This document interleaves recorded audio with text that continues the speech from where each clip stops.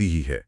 बुद्ध ने अपने जीवन काल में ही यह समझ लिया था और उन्होंने बौद्ध संघ की स्थापना की थी। जी। स्रोतों को पढ़ते हुए जो सबसे चौंकाने वाली बात मुझे लगी वो ये थी कि यह संघ किसी राजशाही या तानाशाही की तरह काम नहीं करता था। मतलब ये अपने आप में एक प्राचीन लोकतांत्रिक संस्था थी, एक तरह का स्टार्टअप। इसके पीछे का कारण बहुत दिलचस्प है। ये बुद्ध की अपनी पृष्ठभूमि से जुड़ा है। बुद्ध का जन्म किसी राजशाही में नहीं हुआ था, बल्कि एक गणतंत्रात्मक राज्य में हुआ था। अच्छा, हाँ, वैशाली और शाक्य गणराज्यों की जो लोकतांत्रिक कार्य प्रणाली थी वो उनके चिंतन का एक स्वाभाविक हिस्सा थी। इसलिए जब अपने अनुयायियों को एक व्यवस्था में बांधने का समय आया तो उन्होंने किसी राजा वाले मॉडल को चुना ही नहीं। उनका ये भिक्षु संघ मूल रूप से एक धार्मिक गणतंत्र था, जहां सत्ता मतलब किसी एक व्यक्ति के हाथ में बिल्कुल नहीं थी। ये बात उस समय के हिसाब से मतलब बहुत ही क्रांतिकारी लगती है। और एक और बात, इस संघ में शामिल होना कोई ऐसा नहीं था कि आज सोचा और कल आप सदस्य बन गए। बिल्कुल नहीं। इसकी पूरी एक कड़ी प्रक्रिया थी। हमारे स्रोतों में 2 शब्दों का बार बार जिक्र आता है, प्रव्रज्या और उपसंपदा। ठीक है, चलिए इसे विस्तार से समझते हैं। ये प्रव्रज्या क्या थी? प्रव्रज्या का शाब्दिक अर्थ होता है बाहर जाना, यानी अपने सांसारिक और पारिवारिक जीवन को पूरी तरह से त्याग देना। ये एक तरह की शुरुआती दीक्षा होती थी और इसके लिए कम से कम 15 वर्ष की आयु होना जरूरी था। 15 वर्ष, ठीक है जी। इसमें व्यक्ति अपने बाल मुंडवाकर गेरुए वस्त्र धारण करके संघ के पास आता था, लेकिन ये पूर्ण सदस्यता नहीं थी। मतलब ये सिर्फ एक इंटर्नशिप जैसी थी। हाँ, आप ऐसा कह सकती हैं। नवदीक्षित व्यक्ति को कम से कम 5 साल तक किसी वरिष्ठ गुरु, जिसे उपाध्याय कहते थे, उनके अधीन रहकर कड़ा प्रशिक्षण लेना होता था। उसे 10 बुनियादी नियमों का पालन करना होता था, जिन्हें 10 शील कहा जाता है। और उसके बाद ही उसे उपसंपदा यानी पूर्ण सदस्यता मिलती थी, है ना, जिसके लिए न्यूनतम आयु 20 वर्ष तय की गई थी। एकदम सही। लेकिन मुझे इस संघ की कार्यप्रणाली की जो बात सबसे आधुनिक लगी वो ये है कि जब हम इसके प्रशासनिक ढांचे को देखते हैं तो वो बिल्कुल आज की किसी संसद या आधुनिक बोर्डरूम जैसा लगता है। मतलब फैसले लेने के लिए बकायदा कोरम यानी गणपूर्ति का नियम था। जी हाँ, जब तक कम से कम 20 भिक्षु उपस्थित न हो तब तक लिया गया कोई भी निर्णय मान्य नहीं होता था। ये सुनिश्चित करने का एक तरीका था कि कोई भी छोटा गुट अपनी मर्जी पूरे संघ पर ना थोप सके। और ये प्रक्रिया बहुत पारदर्शी भी थी। बिल्कुल। किसी भी प्रस्ताव को, जिसे नत्ती कहा जाता था, उसे सभा में रखा जाता था और 3 बार पढ़ा जाता था। अगर कोई विरोध नहीं होता था तो ही प्रस्ताव पास माना जाता था। और अगर विरोध होता था तो बकायदा वोटिंग होती थी। मतलब स्रोतों में मतदान के जो तरीके बताए गए हैं वो हैरान करते हैं। हाँ, गुप्त मतदान की व्यवस्था थी। जी, रंग बिरंगी लकड़ियों का इस्तेमाल होता था जिन्हें शलाका कहते थे। कोई देख न सके इसके लिए खास अधिकारी होता था जो इन लकड़ियों को इकट्ठा करता था, जिसे गुल्लक कहते थे। हाँ। इसके अलावा विवतक यानी खुलेआम हाथ उठाकर वोट देने का तरीका भी था। और जो सबसे मजेदार लगा, अगर मामला बहुत संवेदनशील हो तो कान में फुसफुसाकर वोट देने की भी व्यवस्था थी। हाँ, वो विवादों को शांति से सुलझाने का तरीका था। इतना ही नहीं, संघ के रोजमर्रा के कामों को सुचारू रूप से चलाने के लिए अधिकारियों की बाकायदा नियुक्तियां होती थीं, जैसे आज अलग अलग डिपार्टमेंट्स होते हैं। बिल्कुल। उन अधिकारियों के काम बहुत स्पष्ट रूप से बटे हुए थे। उदाहरण के लिए, नवकम्मक नाम का अधिकारी केवल विहारों के निर्माण और मरम्मत का काम देखता था। चीवर पटिगाहक का काम भिक्षुओं के वस्त्रों या चीवर का प्रबंधन करना था। एक अधिकारी भोजन का हिसाब रखता था तो दूसरा शयन कक्षों का। ये तो एक बेहद जटिल और सुव्यवस्थित प्रशासनिक तंत्र था। लेकिन मेरा एक सवाल है, जब संघ का ढांचा इतना स्ट्रक्चर्ड था, इतना व्यवस्थित था, तो फिर बुद्ध ने अपनी मृत्यु के बाद किसी इंसान को इसका प्रमुख या अपना उत्तराधिकारी क्यों नहीं बनाया? ये बात थोड़ी अजीब लगती है।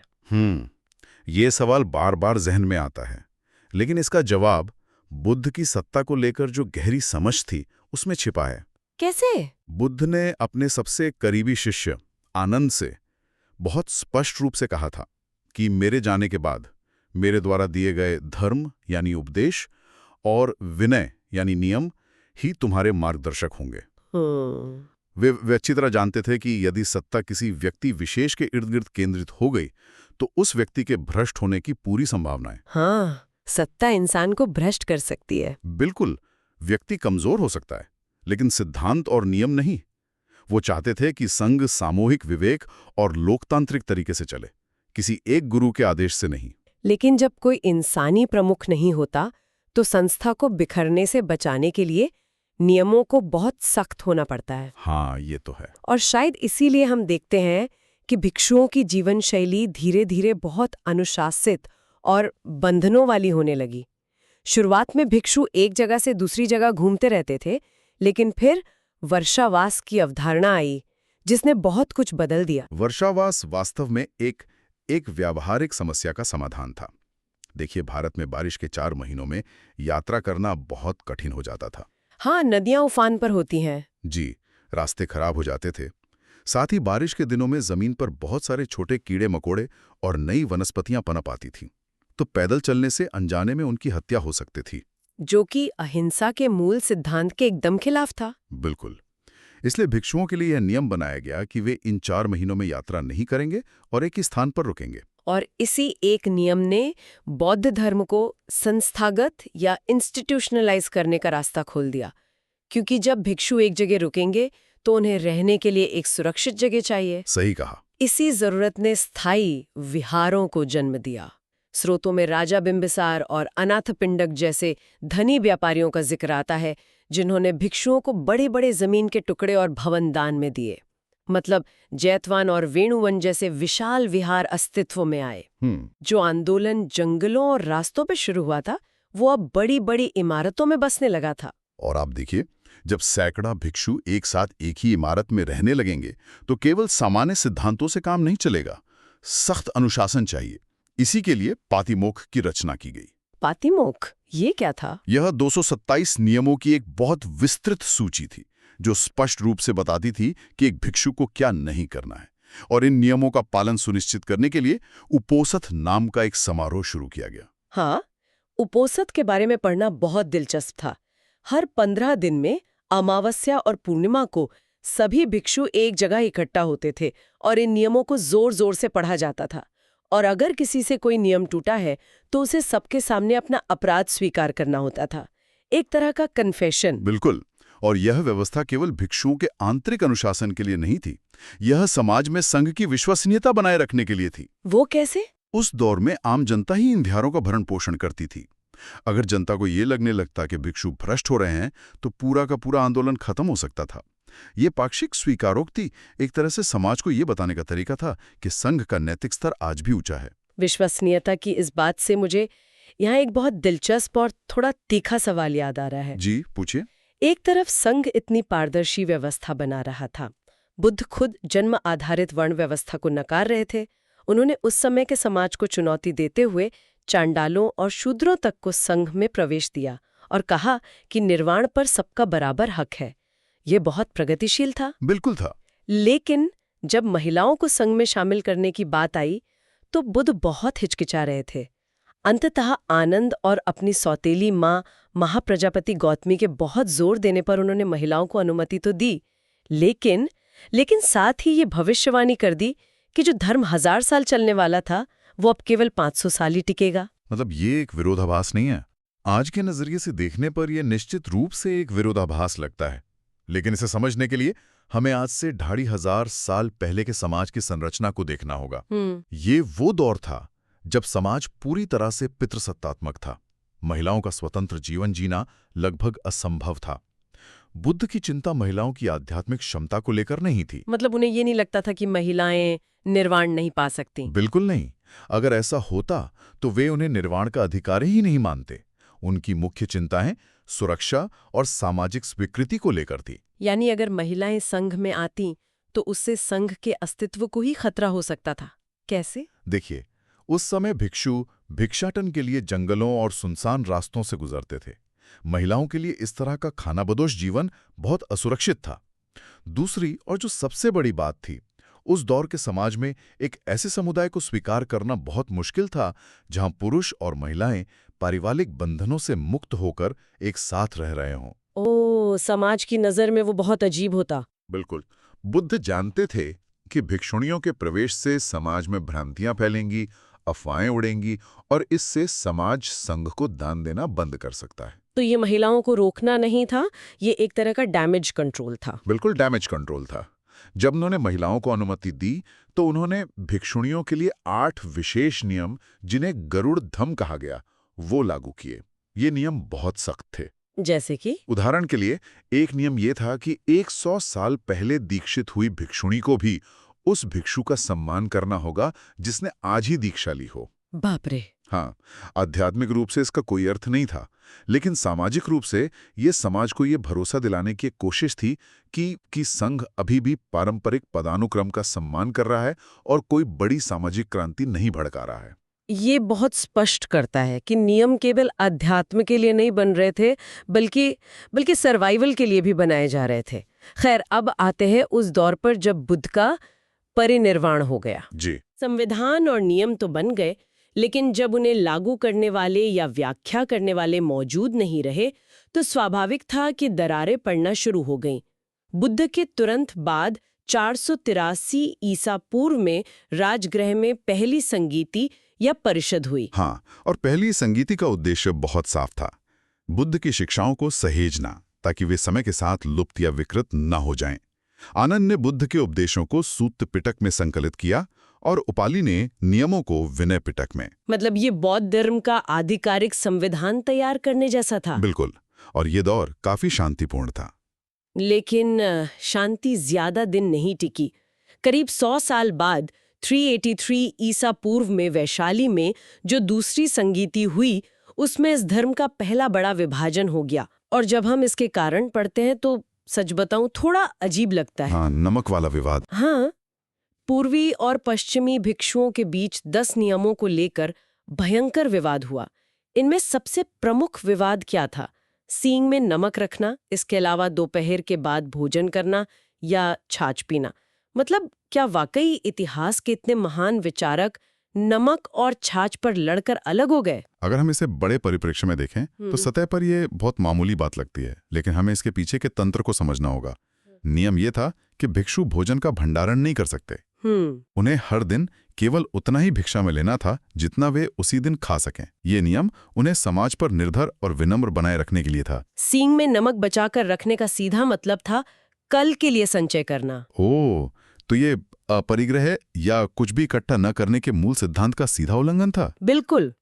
ये विवाद कभी भी सिर्फ नमक या छाछ के बारे में था ही नहीं। ये इस बात की लड़ाई थी कि सत्ता किसके पास है। जो पश्चिमी भिक्षु थे, जिन्हें स्थविर कहा गया, वो रूढ़िवादी थे। वो पुराने नियमों को मानना चाहते थे। हाँ, उनका मानना था कि बुद्ध ने जो नियम बना दिए हैं वे पत्थर की लकीर हैं, उनमें एक अक्षर का भी बदलाव नहीं हो सकता। दूसरी तरफ पूर्वी भिक्षु थे, जिन्हें महासांघिक कहा गया। उनका क्या तर्क था? उनका तर्क था कि धर्म को देश, काल और परिस्थितियों के अनुसार लचीला होना चाहिए। बदलती जलवायु और भौगोलिक स्थितियों के अनुसार नियमों में थोड़ा बदलाव जरूरी है। और सच कहूं तो ये दुनिया के किसी भी संविधान की सबसे पुरानी बहस है कि क्या हमें मूल पाठ से चिपके रहना चाहिए या उसे समय के साथ अपडेट करना चाहिए। एकदम सही। और ये विवाद सुलझ नहीं पाया, जिसने संघ को दो फाड़ कर दिया। ये जो दूसरी संगीति की छोटी सी वैचारिक दरार थी, वो करीब 400 साल बाद कश्मीर में हुई चौथी संगीति तक आते आते एक पूरी विशाल खाई में बदल गई। जी। प्रथम शताब्दी ईस्वी में शासक कनिष्क के समय बौद्ध धर्म आधिकारिक रूप से दो बिल्कुल अलग दिशाओं में बंट गया, हीनयान और महायान। और भाषा भी आम लोगों की पाली से बदलकर विद्वानों की संस्कृत हो गई। हीनयान और महायान का विभाजन केवल नियमों तक सीमित नहीं था। ये पूरी तरह से इस बात पर निर्भर था कि मोक्ष या निर्वाण का अंतिम लक्ष्य क्या है और उसे कैसे पाया जाए। अगर हम इसे एक आसान सी एनालॉजी से समझें तो हीनयान, जिसका शाब्दिक अर्थ है छोटी गाड़ी या मार्ग, वो पूरी तरह से एक व्यक्तिगत यात्रा है। इसे हम माउंट एवरेस्ट की एक बेहद कठिन सोलो चढ़ाई मान सकते हैं। बहुत अच्छा उदाहरण है। वहां कोई आपकी मदद नहीं करेगा। आपकी अपनी तपस्या, आपका अपना अनुशासन और ध्यान ही आपको शिखर तक ले जाएगा। हीनयान में अंतिम लक्ष्य अरहत बनना है, एक ऐसा व्यक्ति जिसने अपने भीतर के सभी विकारों को खत्म करके अकेले ही मोक्ष पा लिया हो। और यह बुद्ध कोई ईश्वर या भगवान नहीं है, वे एक ऐतिहासिक महापुरुष हैं जिन्होंने बस रास्ता दिखाया है। आप उनकी मूर्ति की पूजा नहीं करते, आप सिर्फ उस रास्ते पर चलते हैं। ये बहुत ही सटीक और आत्मनिर्भर मार्ग है।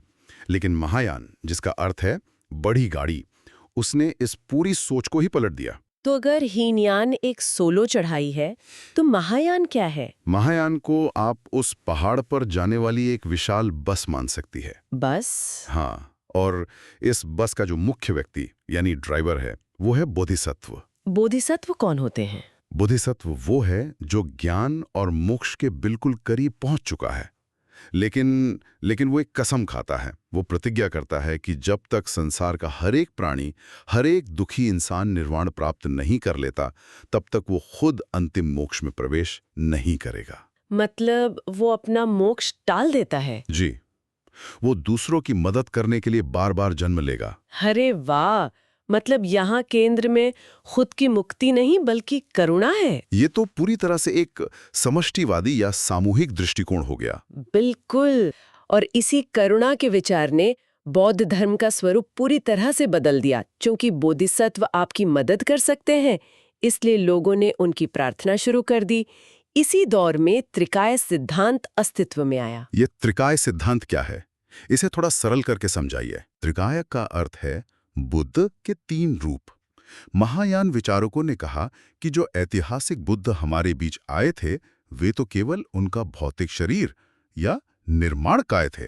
ठीक है। उनका एक आनंदमय या स्वर्गीय रूप भी है, जिसे संभोग काय कहते हैं, और अंतिम सत्य के रूप में वे पूरे ब्रह्मांड में व्याप्त हैं, जिसे धर्म काय कहते हैं। मतलब बुद्धा अब एक इंसान से पूरी तरह एक ब्रह्मांडीय देवता में बदल गए।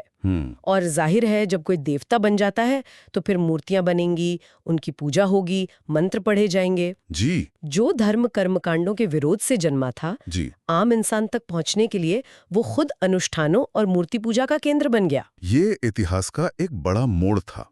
लेकिन इस बदलाव के समानांतर महायान के भीतर कुछ ऐसा भी हो रहा था जो शायद इतिहास के सबसे गहरे दार्शनिक चिंतन में से एक है। ये भिक्षु सिर्फ ध्यान या मूर्तियों तक नहीं रुके, वे वास्तविकता की, मतलब दुनिया के वजूद की जड़ों को खंगालने लगे। आप नागार्जुन के शून्यवाद और असंग वसुबंधु के विज्ञानवाद की बात कर रही हैं। ये बौद्ध दर्शन के सबसे जटिल और गहरे शिखर हैं। हाँ, तो इस सब का अर्थ क्या है? शुरुआत करते हैं नागार्जुन के माध्यमिक या शून्यवाद से। जब लोग शून्य सुनते हैं तो उन्हें लगता है कि ये कह रहा है कि दुनिया में कुछ भी नहीं है, सब अंधकार या खालीपन है। ये शून्यवाद की सबसे आम गलतफहमी है। नागार्जुन का शून्य निहिलिज्म या कुछ न होने के बारे में बिल्कुल नहीं है। तो फिर क्या है? ये सापेक्षवाद या रिलेटिविज्म का सिद्धांत है। वे इसे प्रतीत्य समुत्पाद कहते हैं। इसका सीधा सा अर्थ है कि हर चीज किसी न किसी अन्य चीज पर निर्भर होकर ही पैदा होती है। क्या हम इसे किसी रोजमर्रा के उदाहरण से समझ सकते हैं? बिल्कुल। मान लीजिए आप एक पेड़ को देखती हैं। अगर आप ध्यान से सोचें तो पेड़ क्या है? पेड़ लकड़ी है, पत्ते हैं। हाँ, लेकिन वो मिट्टी, पानी, धूप और बीज के बिना कुछ भी नहीं है। सही बात है। अगर आप इन सब चीजों को हटा दें तो पेड़ नाम की कोई स्वतंत्र चीज नहीं बचती। पेड़ का अपना कोई अलग, स्थायी या स्वतंत्र अस्तित्व नहीं है। वो पूरी तरह से अन्य चीजों पर निर्भर है। क्योंकि उसका कोई स्वतंत्र स्वभाव नहीं है, इसलिए उसे स्वभाव शून्य कहा गया। दुनिया की हर चीज, यहाँ तक कि हमारे विचार भी एक दूसरे से गुंथे हुए हैं। अगर हम इसे ध्यान से सुने तो नागार्जुन आज से करीब 1800 साल पहले बिना किसी लेबोरेटरी के सिर्फ अपने दिमाग से क्वांटम भौतिकी यानी क्वांटम फिजिक्स के सिद्धांत समझा रहे थे। बिल्कुल। आधुनिक क्वांटम सिद्धांत भी तो यही कहता है कि ब्रह्मांड में किसी भी कण का कोई स्वतंत्र और निश्चित अस्तित्व नहीं है। वे सब एक दूसरे से इंटरकनेक्टेड या उलझे हुए हैं। ये समानता वाकई चौंकाने वाली है। प्राचीन विचारकों ने केवल तार्किक विश्लेषण और ध्यान के बल पर वास्तविकता के इस जाल को समझ लिया था। और ये चिंतन यहीं नहीं रुका। इसके कुछ सदियों बाद विज्ञानवाद या योगाचार का सिद्धांत आया, जिसके प्रवर्तक असंग और वसुबंधु थे। उनका सिद्धांत तो शून्यवाद से भी एक कदम आगे लगता है।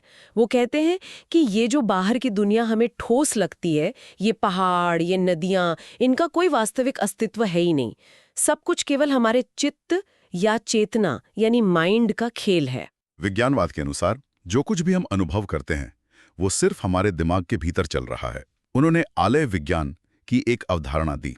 आलय विज्ञान? हाँ, आलय विज्ञान एक तरह का स्टोर हाउस या चेतना का भंडार है, जहां हमारे सारे पुराने कर्मों के बीज जमा हैं। जब ये बीज पकते हैं तो वो हमें बाहरी दुनिया का भ्रम पैदा करते हैं। अच्छा। ठीक वैसे ही जैसे सपने में हमें लगता है कि हम सच में दौड़ रहे हैं, पहाड़ पर चढ़ रहे हैं, लेकिन जब हम जागते हैं तो पता चलता है कि वो सब सिर्फ हमारे दिमाग की रचना थी। अरे बाप रे, ये तो सीधा सीधा आज की सिमुलेशन थ्योरी या हॉलीवुड की द मैट्रिक्स फिल्म जैसी बात हो गई। बिल्कुल वैसी ही। कि कोई बाहरी भौतिक दुनिया है ही नहीं, हम सब बस एक विशाल चेतना या सिस्टम के भ्रम में जी रहे हैं।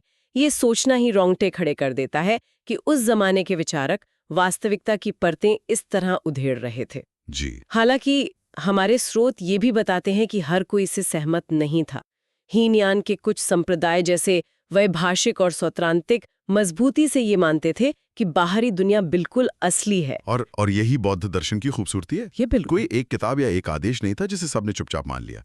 यहाँ खंडन, मंडन, तर्क और वाद विवाद की एक पूरी परंपरा थी जिसने इन विचारों को धार दी। इस पूरी चर्चा को समेटते हुए एक बात साफ होती है, हम वैशाली के गणतंत्र से प्रेरित एक छोटे से भिक्षु समुदाय से शुरू हुए थे। हमने देखा कि कैसे उन्होंने जीवित रहने के लिए सख्त नियम और अनुशासन बनाए, कैसे उन नियमों की छोटी छोटी व्याख्याओं जैसे सींग में नमक रखना उसने बड़े विवादों को जन्म दिया। पहुंचा जिसने ब्रह्मांड की हकीकत